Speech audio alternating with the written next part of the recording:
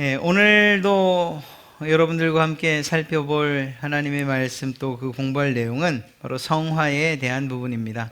저희가 웨스트민스터 신앙 고백서를 살피고 있고, 사실 한 주간에 한 장씩 이렇게 나가야 되는데 한 장 안에도 꽤 많은 내용들이 담겨 있기에 그것들을 때로는 둘로 나누기도 하고, 또 어떤 곳은 한 편에 한 하루에 마치기도 합니다. 성화에 대한 부분은 총 3개 항목이었는데 저희가 지난 수요일 날 1항을 살펴봤고, 오늘은 2항과 3항을 좀 살펴보려고 합니다. 먼저 성화라는 말, 우리가 지난주를 좀 돌이켜보면 성화, 거룩하다, 하나님께서 내가 거룩하니 너희도 거룩하라 라고 말씀하셨는데, 그 거룩이라는 것을 우리가 오해해서는 안 된다 이렇게 말씀드렸죠. 거룩이라는 것이 우리의 말투나 혹은 모양이나 또 태도, 이렇게 외형적인 것으로서 우리의 거룩을 평가하거나 또 누구는 거룩하고 누구는 거룩하지 못하다 이렇게 말할 수 없다고 말씀드렸습니다. 오히려 성경이 말하고 있는 거룩, 이 거룩함은 어떤 모양, 태도, 음성, 표정 이런 것들, 외형적인 것이 아니고 하나님과의 관계 가운데에서 형성되어지는 것이라고 이야기할 수 있고, 그 의미는 바로 따로 떼어놓다, 즉 구별되다 또는 분리하다라는 그러한 의미를 갖고 있다라고 말씀을 드렸습니다. 그래서 하나님께서 우리를 향해서 거룩해라, 내가 거룩하니 너희도 거룩해라 라고 말씀하실 때에 두 가지를 이야기한다고 했죠. 하나님은 모든 피조물들의 초월해서 계신, 그렇게 구별되고 나뉘어진 분이시다라는 그러한 면에서의 구별을 이야기할 수 있다고 말씀드렸고, 선함에 있어서 악과 구별되고 또한 죄와 구별되어지는 그러한 분이시다라는 의미로 하나님의 거룩하심을 이야기할 수 있다고 말씀드렸어요. 하나님의 자녀로서 그러면 우리가 거룩해야 된다라고 말할 때 그것은 무엇을 이야기하는 것인가? 하나님의 성품을 따라서 죄 그리고 또 불의, 이러한 모든 것들과 구별된 삶을 사는 것을 이야기했죠. 그런데 여기서 한 가지 말씀드린 것은, 우리가 구별이라고 할 때에 그 세상에서 동떨어져서 혼자 입산수도하는 그것을 구별 혹은 분리 혹은 거룩이라고 말하지 않는다고 했어요. 하나님께서 우리에게 요구하시는 이 거룩은 세상 가운데에서 우리가 있는 바로 그 자리에서, 가정에서, 직장에서 혹은 학원과 학교에서, 그곳에서 발현되어야 되는 거룩이라고 말씀드렸어요. 비록 세상에 속해 있지만, 어둠 속에 있지만 빛으로서 구별되고, 세상 가운데 있지만 그러나 하나님의 백성으로서 구별되고, 불의한 세상과 불공정한 세상에 있지만 의로움을 행함으로써 구별되어지는, 바로 이것이 진정한 거룩의 의미다 라고 말씀을 드렸죠. 그리고 그것은 겸손함으로 나타날 수 있다고 한 것이 지난주의 이야기였습니다. 오늘은 두 번째와 세 번째 항목을 살펴보려고 합니다. 두 번째 2항을 먼저 읽어드리면 이렇습니다. 이 성화는 전인을 통하여 그리고 전인 안에서 되는 것이다. 그렇지만 이생에서는 불완전하다. 이생에서는 모든 부분에 어느 정도 부패의 잔재가 여전히 남아있으며 그로 인하여 계속적이고 화해할 수 없는 전쟁이 일어난다. 육체의 소욕은 성령을 거스르고 성령의 소욕은 육체를 거스른다. 이것이 두 번째 성화에 대한 우리의 믿음의 선배들의 고백이었어요. 이것을 한마디로 이야기하면 무엇인가? 첫째는 우리의 이 성화는 우리가 생각하는 어떤 특정한 부분, 예를 들어서 사고 혹은 마음, 이렇게 어떤 한 부분에서 일어나는 성화가 아니라는 것입니다. 하나님께서 말씀하시는 우리에게 요구하시는 이 거룩해짐, 성화는 전인격적인 것이어야 되는 거예요. 전인격. 여기서 전인격이라는 것은 일반적으로 세 가지를 이야기하는데요. 지정의라고 해서 의지적인 부분이나 혹은 지적인 부분이나 감정적인 부분이나 의지적인 이 모든 부분, 모든 영역에 있어서 거룩함이 발현되어야 된다는 거예요. 이걸 좀 쉽게 말씀드리면 이래요. 여러분들 하나님의 말씀을 들을 때 여러분들의 마음, 먼저 생각이 어떤 생각이 드십니까? 아, 저것이 진리지. 그렇지. 저렇게 살아야지. 또 마음속에서는 불같은 생각이 일어나요. 이제 내가 그렇게 살리라. 다짐도 하고 결단도 하죠. 그런데 그것이 실제로 우리의 삶 가운데서 나타나지 않는다면 실제로 변했다고 이야기할 수 없는 거죠. 그리고 그것은 전인격적으로 역사했다 혹은 바뀌었다, 거룩하게 되었다 이렇게 말할 수 없는 거예요. 어느 한 영역에서만 머무는 것이 아니고 하나님께서 우리에게 요구하시는 거룩함, 삶의 변화 혹은 구별됨은 우리의 생각과 마음과 그리고 우리의 의지 그리고 그 의지가 발동되는 우리의 모든 행동과 삶에까지 이 영향을 끼쳐야 되는 것입니다. 그래서 예수님을 믿었다. 그리고 이제 내가 예수님을 따라 하나님을 따라 거룩하게 살겠다라고 한다면 그리고 그렇게 살아가는 삶의 모습은 그냥 말이나 또는 생각만의 변화가 아니라 감정의 변화만이 아니라 실제적으로 누가 봐도 아유 저 사람 많이 바뀌었다라고 이야기할 수 있을 만큼 실제적인 사건이라는 것입니다. 여기서 전인적이다라는 것 그리고 또 전인 안에서 우리 안에서 우리를 통하여 그 변화와 성화는 드러나야 된다라는 사실을 이야기하고 있는 것입니다. 여기에서 성경에서 첫 번째 항목은 제가 이미 말씀드렸고요. 성경에서 거룩하다고 불리는 모든 사람들은 성화를 대적하는 거룩하게 하는 것을 방해하는 죄의 유혹과 전생애 동안 싸웠다. 성경의 말씀을 보면 그래요. 예를 들어서 아브라함이든 혹은 이삭이든 야곱도 그렇고 또 다윗도 그렇고 그리고 또 시대를 넘어서 신약 시대로 와서 바울도 그렇고 또 모든 사람들 다 위인이다 위대하다 함에도 불구하고 그들이 예수 그리스도를 만나고 하나님의 백성이 되었다라고 완전히 하나님께서도 인정하시고 그들도 스스로도 그렇게 고백함에도 불구하고 그들의 삶을 면면히 살펴보면 지속적으로 계속적으로 그들의 삶이 그들의 숨이 멈추는 순간까지 계속적으로 죄의 유혹은 있었고 그것들과 평생 싸웠다는 사실을 알 수가 있습니다.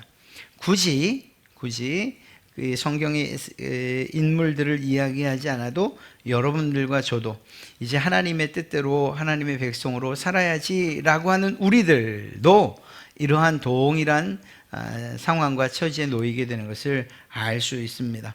오늘은 하나님의 말씀을 들어서 이렇게 결단하고 다짐하지만 또 세상 가운데 살다 보면 이러한 죄의 유혹들이 끊임없이 우리 가운데로 이렇게 공격해 들어오는 것들을 우리가 느끼지 않습니까? 그리고 우리는 그것을 때로는 대적해서 싸워서 이기기도 하고 때로는 지기도 하고 이런 일들이 반복되어지는 것을 알 수가 있습니다.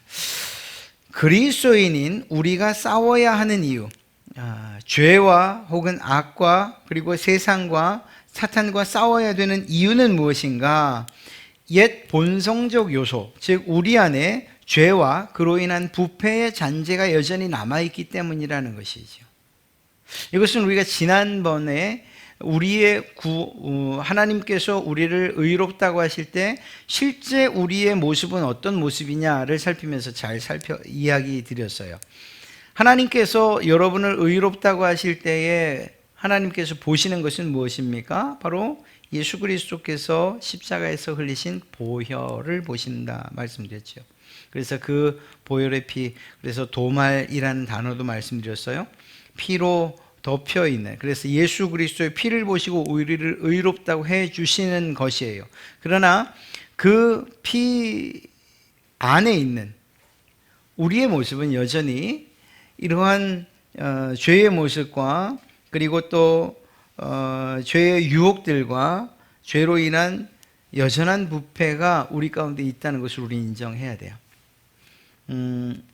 이것을 잘 설명해 주는 한 사건을 이야기하라고 하면 이스라엘 백성들이 출애굽을 할 때에 가장 마지막 하나님의 심판이 바로 장자의 죽음이었죠. 그때 이스라엘 백성들이 피할 수 있는 방법을 하나님이 알려주셔요. 그것은 바로 좌우 인방에 양의 피를 바르는 것, 좌우 문설주와 인방에 피를 바르는 것이었어요. 그리고 그 집 안에 있는 것이었어요. 그러면 죽음의 천사가 유월 뛰어넘을 것이라 그랬어요. 그 피를 보고 뛰어넘는다. 유월절 패스오버라고 이야기해 드렸어요. 그런데 우리는 이런 가정을 해볼 수 있어요. 야, 죽음의 사자가 그 피를 보고 뛰어넘었다라고 할 때에 그러면 그 안에 있는 집 안에 있는 사람들이 의로워서냐? 깨끗해서냐? 죄 없어서? 애굽 사람들과 다른 거룩함을 가졌기 때문에 착하고 윤리적이고 더 도덕적이기 때문에 뛰어넘었느냐? 이런 질문을 해볼 수 있어요. 그런가요? 아니에요. 그 안에 어떤 사람이 있었는가를 하나님은 보지 않으셨어요. 보신 것은 피예요. 이것은 그렇다고 해서 이제 다시 말씀드리겠지만 우리의 책임을 면하려고 하는 어떤 핑계는 아니에요. 우리가 칭의를 받는, 우리가 의롭게 되는 그 과정, 우리를 의롭다고 부르실 때 우리의 모습이 사실은 그렇다는 거예요. 우리가 하나님 앞에 무엇인가를 잘해서 깨끗하게 살아서 도덕적으로 윤리적으로 완전해서 어떤 공로가 있어서 구원받을 만한 일들을 해서 하나님이 우리를 의롭다고 해주신 것이 아니라는 사실이죠.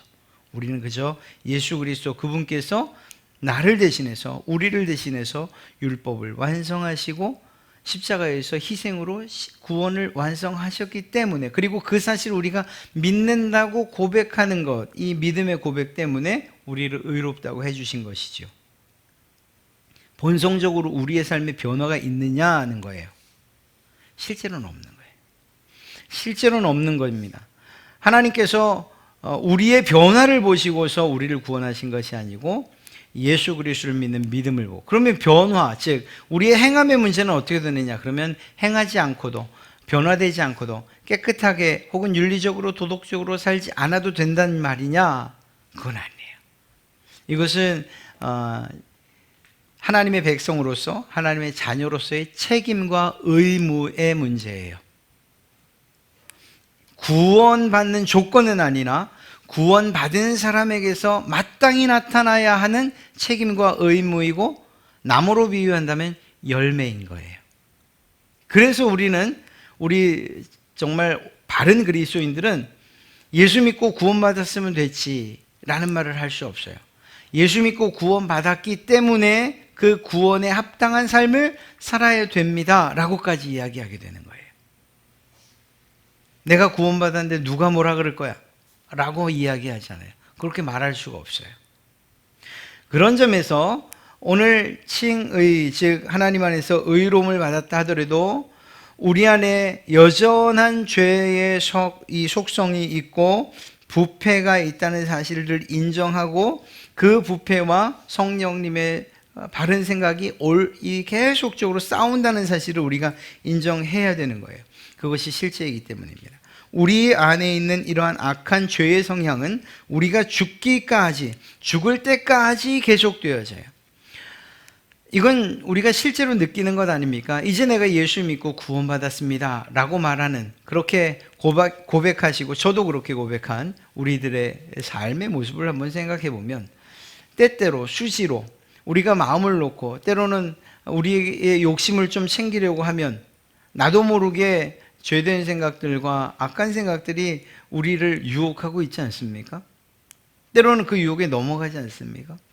그러니까 내가 예수 믿었으니까 이제 완전히 변했고 죄 지을 수 없는 몸이 됐어 라고 말하는 것, 이것은 성경에서 이야기하는 우리의 모습, 그리고 의롭다 되었으나 그러나 여전히 전투적인 그러한 교회로서의, 성도로서의 삶에 대한 그러한 인정을 하지 않는 이러한 모습이라고 할 수 있어요. 우리는 그렇지 않습니다. 구원받은 사람, 그들이 끊임없이 하나님을 닮아 살아가고 예수 그리스도를 닮아 살아가는 성화의 삶을 전투라고 표현하고, 이러한 전투는 우리의 죽음 그리고 숨을 거두는 그 순간까지 계속 되어져야 될 것이라는 거예요. 이 생에서 우리가 이 세상에서 우리의 옛사람은 성령에 결코 완전히 굴복하지 않는다는 사실을 성경은 이야기하고 있어요. 그래서 육신은 계속해서 성령을 대적하기를 하고 반대로 성령은 육신을 거슬러 옳은 길 가기를 원해요. 우리 안에서 계속적으로 싸우는 일들이 있을 수밖에 없다는 것입니다. 때로는 이기기도 하고 때로는 지기도 하고, 이 부분을 우리가 완전히 컨트롤하거나 이길 수 있다라고도 말 못하는 거예요. 그래서 가장 뒤에 말하겠지만 우리의 힘으로 되지 않기 때문에 우리는 날마다 하나님의 도우심과 성령님의 도우심을 구하며 살아갈 수밖에 없는 거예요. 우리의 부족함을 인정하고 우리의 죄됨을 인정하고 우리의 부패함을 하나님 앞에 인정하고 그리고 용서를 구하며 내가 할 수 없는 이 일 하나님께서 해 주셔야 됩니다. 성령님께서 도와주셔야 됩니다. 내가 올바른 길을 갈 수 있도록, 살 수 있도록, 거룩하고 또한 성화의 삶을 살아갈 수 있도록 도와주십시오 라는 이러한 간구가 우리의 기도 가운데에서, 우리의 삶 가운데서 멈출 수 없는 것입니다. 성화를 통한 성숙을 우리가 원한다면 의를 행하는 것을 우리는 우리의 삶의 최우선으로 삼아야 됩니다. 이건 주님께서 우리에게 말씀하셨어요. 우리에게 일반적으로 성화, 거룩하게 되는 것에 대한 소망이 있어요. 그리스도인들에게는 사실 누구에게나 있을 수밖에 없어요.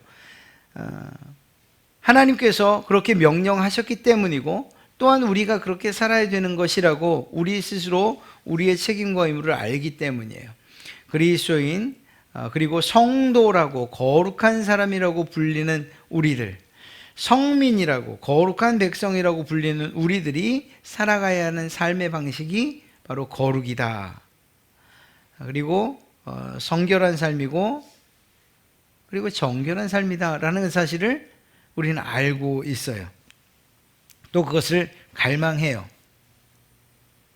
그리고 이것은 어떤 방식으로 우리의 삶에 적용되어야 하느냐 묻는다면 그것은 우리가 어떤 일들을 선택할 때에 또 어떤 일들을 할 때에 우선순위를 무엇에 둘 것인가 하는 것으로서 이 일들을 어느 정도는 우리가 해낼 수 있을 거예요. 즉 다시 말해서 말씀드린 것처럼 내가 예수 믿었으니까 내일부터 완전히 변화된 삶을 살겠습니다 라고 우리가 말한다고 해서 그렇게 변화된 삶을 사는 사람은 없다는 거죠. 정말 놀랍게 변하신 분들이 없지 않아 있어요. 사도 바울도 있고 또 우리의 믿음의 선배들 가운데도 있고 어제의 모습과 오늘이 완전히 다른 분들의 모습이 있어요. 우리도 그렇게 살기를 소원하고 또 그렇게 돼야 돼요. 그러나 그것이 완전할 수는 없다는 것을 말씀드리는 거예요. 계속적으로 우리는 거룩하게 살려는 노력들을 해가야 하고 그리고 또 어떤 방법을 통해서 우리는 의로워질 것인가를 생각해야 되는데 그 방법 가운데 하나를 지금 제시해 주고 있는 거예요. 그것은 바로 의를, 예수 그리스도께서 이루시고자 하신 그 의를, 이루신 그 의를 최우선의 순위에 두어야 된다라는 것이죠. 오늘 말씀을 살펴보면 하나님의 선하시고 기뻐하시고 온전하신 뜻, 바로 이 부분을 우리의 행동과 우리의 삶의 우선순위에 두어야 된다라는 것입니다. 바꿔 말하면 하나님의 선하시고 기뻐하시고 온전하신 뜻이 아니라 내 욕심과 내 뜻과 내 계획, 이 두 가지가 있다면, 그렇다면 우리는 어느 한편에 더 우선순위를 둬야 되느냐? 바로 이 하나님의 뜻과 그리고 온전하신 기뻐하시고 선하신 뜻이 무엇인가에 대해서 그 뜻에 우리의 우선순위를 두어야 된다라는 사실을 이야기하고 있는 것입니다. 우리가 기도할 때도 마찬가지인 거예요. 우리가 정말 먼저 구해야 될 것은 그의 나라와 그의 의를 먼저 구해야 하는 것이고 우리의 심령과 우리의 영혼이 잘 되는 것이 우선이라는 사실을 또한 요한사도도 이야기를 하고 있어요. 이러한 중요한 어떤 결정을 할 때에 우리 마음 가운데서 어떤 두 가지나 여러 가지가 싸울 때에 무엇을 하나님께서 기뻐하시는가 또는 하나님의 뜻이 무엇일 것인가에 대해서 우리의 관점과 그리고 또 그것을 기준으로 우선순위를 삼으면 성화의 삶을 연습하고 또 훈련하는데 충분하다. 이렇게 우리 믿음의 선배들이 이야기하고 있는 것입니다.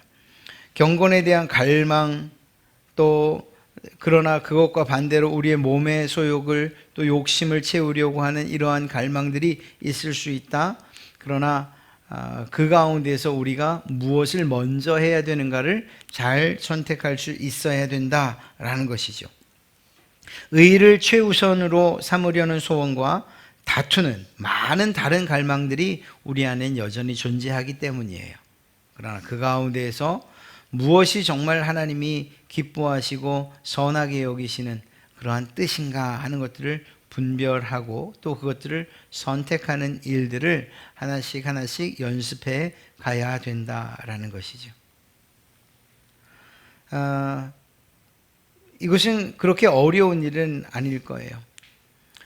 정말 하나님께서 사랑하시고 또 하나님을 사랑하는 백성이라고 한다면 어떤 일들을 할 때 이것이 옳은가 그른가를 따져볼 수밖에 없고, 더 나아가서 하나님께서 이러한 일들을 기뻐하실까 그렇지 않을까를 생각하지 않고 그냥 행하는 일들은 거의 없어요. 내가 이 말을 하는 것을 하나님이 기뻐하실까라는 생각을 하지 않는 경우가 없다고요. 혹여 그것을 생각하지 못해서 그러한 말들을 뱉었다라고 하면 그것이 때로는 두고두고 마음에 찔림이 되고 또 후회가 되는 일들도 있어요. 이러한 분명하게 성령님께서 우리에게 주시는 기준을 따라서 무엇이 하나님이 원하시는 것인가를 우리에게 알려주신다라는 것이죠. 그러면 그것에 우리가 순종해야 한다. 또 그것이 우선순위를 둬야 한다. 이것을 통해서 우리는 성화를 통한 영적 성숙 그리고 또한 성장을 가져오게 될 것이다. 이렇게 이야기하고 있는 것입니다. 그럼에도 불구하고 우리는 우리의 힘만으로, 우리의 생각과 우리의 기준만으로 늘 하나님의 선택, 하나님의 기뻐하시는 뜻을 선택하고 하나님을 우선순위에 둘 수는 없다는 것. 우리가 아무리 우리의 의지를 가지고 해도 여전히 우리 안에 죄성과 그리고 부패함이 있기 때문이죠. 그래서 연약한 우리를 돕는 하나님을 의지해야 한다라는 것입니다. 경건을 추구하기 시작한 모든 그리스도인들을 하나님께서 도와주시겠다. 바꿔 말하면 하나님의 자녀된, 하나님의 백성된 그들을 하나님께서 돕겠다고 약속해 주셨기 때문이에요. 이 일은 아브라함을 이스라엘의 조상으로 삼으시고 하나님 나라의 시작으로 삼으신 그 하나님께서 아브라함을 어떻게 도와가시는지를 보면 알 수 있어요. 넘어지고 엎어지고 의심하고 그리고 하나님의 약속들을 위험스럽게 때론 깨버리기도 할 것 같은 그런 상황 가운데서도 하나님은 끝까지 아브라함을 보호해 오셨고요. 이삭도 그랬고요. 특히 야곱이라고 하는 인물을 보면 정말 이렇게 세상적일 수가 있을까? 이렇게 정말 이 잔꾀를 쓸 수가 있을까 하는 이런 생각. 어쩌면 저렇게 자기 욕심대로 자기 뜻대로 자기 방식대로 삶을 살아가는가. 하나님의 백성임에도 불구하고 그렇게 생각되는 그런 야곱을 가지고서도 하나님은 그가 올바른 길을 갈 수 있도록 심지어는 그의 실수까지도 인정하시면서 그의 길들을 이끌어 가시는 모습을 보게 돼요. 이스라엘 백성들이 40년 광야 생활을 할 때도 마찬가지예요. 그 안에서 때로는 징계도 있고 때로는 하나님의 심판도 있었으나 그러나 그들을 끝까지 책임지시고 가나안 성에 들이시는 모습을 우리는 보게 돼요.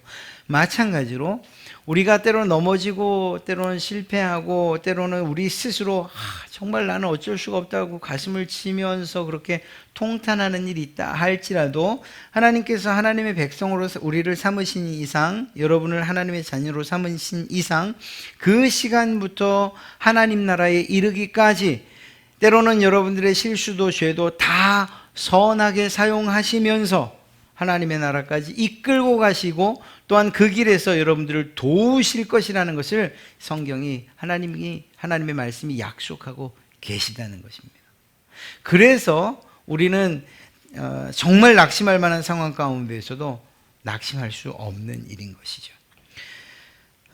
우리가 성화를 추구해 가다가 실패할 수 있어요. 내가 오늘도 거룩하게 살겠습니다. 하나님, 내가 오늘 어제와 다르게 오늘은 좀 거룩하게 살겠습니다. 그렇게 살고 싶습니다. 라고 다짐을 하고 하루를 시작해도 대부분, 때로는 어떤 때는 또 자주 그것에 실패할 때가 많아요. 그것은 사실이잖아요. 제가 그냥 없는 이야기를 하는 건 아니잖아요. 그런데 이렇게 실패한다 하더라도 그대로 좌절하게 내버려 두지도 아니하시고 절망하도록 내버려 두지도 않으시고, 또 우리가 그렇게 해서도 안 되는 이유가 무엇이냐? 하나님께서 우리에게 은혜를 베풀어 주시고 우리의 길을 인도하시고 우리를 책임져 주실 것이라고 약속해 주셨기 때문인 것입니다. 그것은 무엇을 통해서 할 수 있느냐? 이미 예수님께서 우리의 연약함을 다 이미 경험하셨다는 사실만으로도 우리는 그분이 하시는 말씀들을 충분히 알 수가 있는 거예요. 예수님께서 우리의 연약함을 경험하셨고 체휼하셨다라고 할 때에 그냥 이 매를 맞고 또 고통을 당하고 십자가에 못 박혀 죽는 이 정도만 이야기할까요? 아니죠. 예수님께서 이 땅에 오시는 것부터 정말 가장 치욕스러운 일이라고 말씀드렸잖아요. 이 땅에 오시고 이 세상에 사시고, 그리고 때로는 공생을 시작한 이후에 제자들에게 배신을 당하고 고쳐준 사람들에게 십자가에 못 박으라는 이러한 정말 가슴 아픈 소리를 듣기도 하시고, 또 종교 지도자들과 때로는 다투기도 하시고, 아픈 사람들을, 또 슬픈 사람들, 또 이 귀신 들린 사람들의 그러한 아픔들을 아시면서 그들을 긍휼히 여기는 마음으로 고쳐주기도 하시고, 죽은 사람을 살리기도 하시고, 그럼에도 불구하고 결국은 모든 이스라엘의 공적이 되어서 십자가의 처형장으로 끌려가면서 침뱉음을 당하시고 조롱을 당하시고 마음의 상처도 입으시고, 그리고 결국은 십자가에서 죽음까지도 경험하신 그분. 그래서 이미 우리가 정말 절망할 수 있는 모든 상황들을 주님께서 이미 경험을 하셨어요. 그리고 나서 내가 안다. 우리가 그런 상황들, 어떤 상황들에 놓일 때 내가 나도 당해봐서 아는데 내가 안다. 근데 내가 너를 보호해주마, 지켜주마, 내가 끝까지 너를 책임지고 인도해주마, 이렇게 말씀을 해주신다니까요. 그래서 우리가 사실은 절망할 수 없고 좌절할 수도 없는 거예요. 그 주님께서 우리 곁에서, 바로 여러분 곁에서 여러분들과 늘 동행해 주시겠다고 약속해 주셨고, 그 약속대로 오늘도 함께 살아가 주고 계시기 때문에, 그러니까 우리가 우리의 마음 가운데서, 우리의 마을 가운데, 우리 생각 가운데 무엇인가를 선택하는 것이 하나님께서 기뻐하실까? 때로는 그것을 올바로 선택하지 못해서 내 실수로, 내 잘못으로 정말 힘들고 어려운 상황에 놓인다 하더라도 그것으로 인해서 하나님이 우리를 꾸짖으시거나 아니면 그때만큼은 내가 널 모른다고 말씀하시는 것이 아니라 그때도 다시 일어설 힘을 주시고, 결국은 그 단계에서 일어서게 하시면서 거룩하게 하시는. 그래서 지난주 말씀드렸던 것처럼 우리의 신앙의 그래프를 그리라고 하면 정말 하나님을 닮아 살아가는 삶을 살다가 낙심하고 좌절하고, 그런데 그 자리에서 뚝 떨어지게 두지 아니하시고 거기서 다시 힘을 일깨워서 마치 엘리야를 먹이시듯 또 모세에게 힘을 주시듯 그렇게 다시 일깨워서 힘주어서 올라가다. 그렇게 해서 끝까지 올라가면 얼마나 좋겠어요? 우리의 연약함 때문에, 우리의 죄 때문에, 또 우리의 실수 때문에 또다시 낙심하는 상황들이 생기면 또다시 힘내게 하셔서 인도해서 또 올라가고 또 올라가고, 결국에는 하나님께서 원하시고 기뻐하시는 그 자리에까지 가게 하시는 것, 이것이 하나님의 은혜라니까요. 그리고 그 은혜가 여러분과 우리를 이끌고 여러분과 저를 이끌고 가고 계시다니까요. 그러니까 낙심할 이유가 없는 거예요. 한 번의 실수나 한 번의 좌절이나 때로는 정말 심각한 죄를 졌다 할지라도, 그럼에도 불구하고 우리에게 주신 회개의 기회들과 그리고 하나님과의 그러한 하나님의 용서의 자리로 나오는 이러한 일들을 통해서 우리는 다시금 거룩해지는 일들을 해갈 수 있는 거예요. 이것이 하나님께서 우리에게 주신 은혜고 성령님을 통해서 우리를 돕겠다. 보혜사 또 돕는 자로서 성령을 주신 이유인 것입니다. 그러니까 우리가 실수하는 것, 우리가 실패하는 것 때문에 낙심하고 좌절할 것이 아니고 오히려 그때에 주님으로 말미암아 성령님으로 말미암아 힘 얻어서 일어서셔야 되는 거예요. 그리고 다시 우리의 순례의 길을 걸어가야 되는 거예요. 세 번째 항목, 그러한 전쟁에서 일시적으로는 그 남아있는 부패가 상당히 우세할지 모르나 그럴 수 있죠. 우리 안에 있는 부패가 우리를 이기고 성령의 생각들을 누르는 듯 보일 수 있어요. 그러나 그리스도의 거룩하게 하시는 영으로부터 성령으로부터 능력을 계속적으로 공급받음으로써 중생한 부분이 이기게 되며 따라서 성도들은 은혜 안에서 자라나서 하나님을 경외하는 가운데서 거룩함을 온전히 이루게 된다. 즉 한마디로 말하면 하나님께서 끝까지 지게 두지는 않으신다라는 사실이에요. 성령 하나님께서 여러분들을 도우실 것이고 때로는 말할 수 없는 탄식으로 여러분을 위해서 기도하실 것이고 그리고 우리로 하여금 깨달아 알도록 우리의 마음을 일깨우실 것이고 우리의 의지를 정말 발동시키실 것이고 그래서 하나님께서 기뻐하신 그러한 거룩함의 길로 가게 하실 것이라는 것입니다. 우리가 은혜 안에서 자라고 의를 추구하는 길에 우리가 알지 못하는 또 넘어서지 못할 것 같은 그러한 장애물들이 있다 할지라도 결국에는 승리는 우리의 것이 될 것이라는 확신으로 인해서 우리는 위로를 얻게 될 것이라는 것입니다. 이유가 뭐죠? 예수님께서 승리하셨지 않습니까? 그 예수님의 승리를 우리는 믿어요. 그리고 그 승리하심을 따라서 우리 역시 승리하게 될 것을 믿기 때문입니다. 옛사람이 우위를 가지고 우세한 것처럼 보이는 그래서 우리의 신앙에 저조한 때가 있다 할지라도 성령님이 승리를 위해 필요한 무기를 우리에게 지속적으로 공급해 주신다는 거예요. 때로는 말씀으로, 때로는 정말 기적적인 그러한 방법으로, 때로는 위로하심으로, 때로는 책망하심으로, 때로는 징계하심으로 이러한 여러 가지 방식들을 통해서 우리에게 필요한 무기들을 지속적으로 공급해 주시고 그래서 악과 싸워 이기게 하시고 또 어제 실패한 어제 패배한 그러한 죄와는 내일 싸워서 이길 수 있는 지혜를 주시기도 하시는 것이죠. 그래서 결과적으로 볼 때는 모든 것들을 이기고 승리하게 하신다는 거예요. 그리고 그 이길 수 있는 힘까지도 성령님께서 공급해 주신다는 것이죠. 이러한 공급과 우리 속에 있는 성령의 활동 때문에 중생한 본성이 궁극적으로 승리할 것이라는 것은 틀림없이 확실한 것이다. 우리는 이러한 확신 가운데서 살아가는 사람들이에요. 운동 경기를 보면 재방송은 진짜 재미가 없어요. 박진감이 없어요. 무슨 얘기인가 하면 아니 이 라이브 방송이어야죠. 그래야 지금 골을 넣으면 기뻐하고 먹히면 안타까워하고 이기를 바라고 응원하고 그러죠. 재방송은 재미가 없어요. 그런데 한 가지 분명한 건 있어요. 만약에 이긴 경기를 보면 그때 너무너무 마음 편하게 볼 수는 있어요. 재방송으로 볼 때. 막 5대0으로 지고 있어요. 그래도 마음 편해요. 과자 먹으면서 편안하게 볼 수 있어요. 왜? 6대5로 이길 걸 알고 있으니까.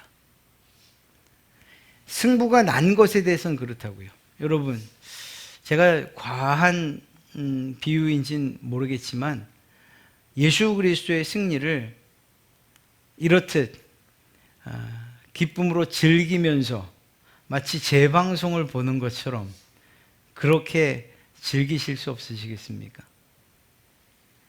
세상에서 이것 때문에 져서 속상하고 저것 때문에 져서 속상하고 이 싸움에서 져서 정말 절망적이고 좌절하고 그러지 마시고 최종적인 그 승리에서 예수 그리스도가 이겼다는 사실을 믿는다면 오늘 실패한 것 때문에 정말 낙심하고 좌절하고 눈물 흘리고 그러지 마시고 오히려 새로운 힘을 얻고 내일 이기게 하실 그 하나님을 기대하고 그래서 궁극적으로는 승리하시는 그 하나님의 승리, 예수 그리스도의 승리에 동참하게 해주셨다라는 이런 확신을 가지고서 우리가 이 세상을 기쁨으로 그리고 즐거움으로 그리고 주님 주시는 행복으로 살아가면 좋지 않겠는가 하는 그런 생각을 해봅니다.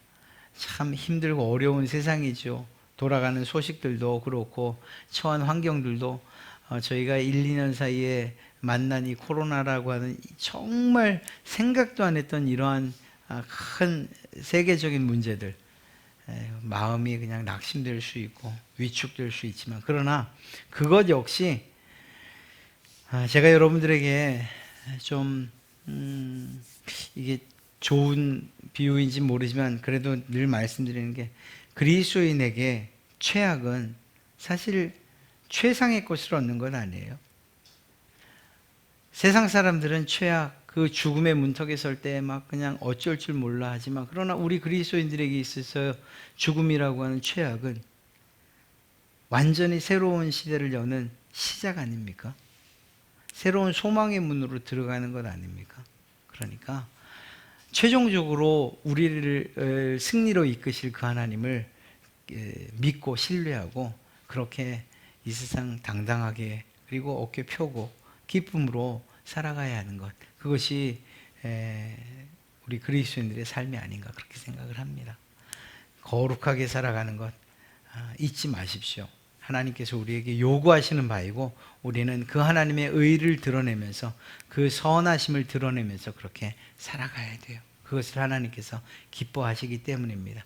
우리가 선하게 살아서 구원받는 것은 결코 아니지만, 그러나 구원받았다면 마땅히 선하게 의롭게 하나님께서 기뻐하시는 그 뜻을 따라 살아가는 것, 이것은 당연한 것이고, 그것을 어려운 말로 성화라고 이야기할 뿐입니다. 이미 여러분들은 그 성화의 삶을 충분히 살아내고 계시리라 믿고, 그 삶에 있어서 좌절하거나 혹은 포기하거나 낙심하지 마시고, 세상이 알아주지 않고 또 가장 가까운 그 누가 알아주지 않는다 하더라도 하나님의 의를 그리고 공의와 정의를 우리의 삶 가운데 실현해 가면서 그렇게 살아가시는 그러한 여러분 되시길 주님의 이름으로 축복합니다.